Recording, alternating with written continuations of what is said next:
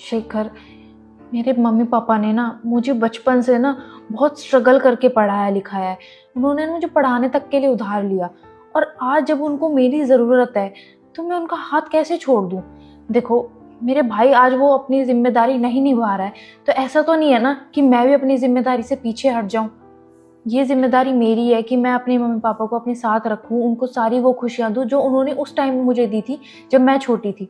आज उनको मेरी ज़रूरत है तो मैं इस चीज़ से पीछे नहीं हट सकती। ये बात तुम्हें समझनी पड़ेगी। चेतना, तुम्हें अपना दुख बहुत बड़ा नजर आ रहा है और अपने माँ बाप के संघर्ष भी तुम्हें बहुत ज्यादा नजर आ रहे हैं। अरे मेरे माँ बाप ने भी संघर्ष किए हैं मुझे पढ़ाने लिखाने के लिए, बहुत से त्याग किए हैं उन्होंने, मैं उनको कैसे भूल जाऊं। और बच्चा तो चाहता है ना अपने माँ बाप के साथ रहे, मैं भी चाहता हूं अपने पिताजी के साथ रहूं, लेकिन तुम्हारे एक कहने पर मैंने अपने पिताजी को गाँव भेज दिया।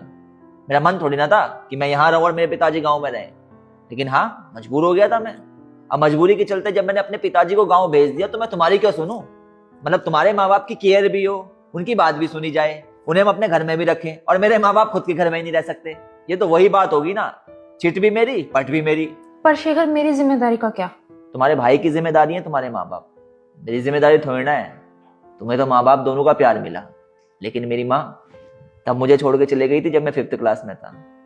उसके बाद मेरे पिताजी ने मुझे पाला है, और तुमने मेरे पिताजी से ही मुझे अलग कर दिया। रिश्ता निभाना था मुझे, इसलिए मजबूरन अलग होना भी पड़ गया, वरना तुम्हें क्या पता कि पिताजी के बिना इस घर में मैं किस तरह से रहता हूँ। और वैसे भी यार, तुमसे शादी हुई है मेरी जिम्मेदारी तुम हो चेतना, तुम्हारे माँ बाप नहीं। मेरे पापा को देखो कितने अंडरस्टैंडिंग है, उन्हें पता लगा कि बच्चों का रिश्ता खराब हो रहा है तो गाँव चले गए चुपचाप बेचारे। लेकिन तुम अपने माँ बाप को देखो, अरे बेशरम है यार, खुद का बेटा रख नहीं रहा है, दामाद के घर पे आ रहे हैं। देखो, तुम्हारे माँ बाप तुम्हारे भाई की जिम्मेदारी है, यहाँ उन्हें लाने की कोई जरूरत नहीं है। अरे प्राइवेसी का सवाल भी है यार, खर्चे इतने हो रहे हैं, महंगाई इतनी बढ़ रही है।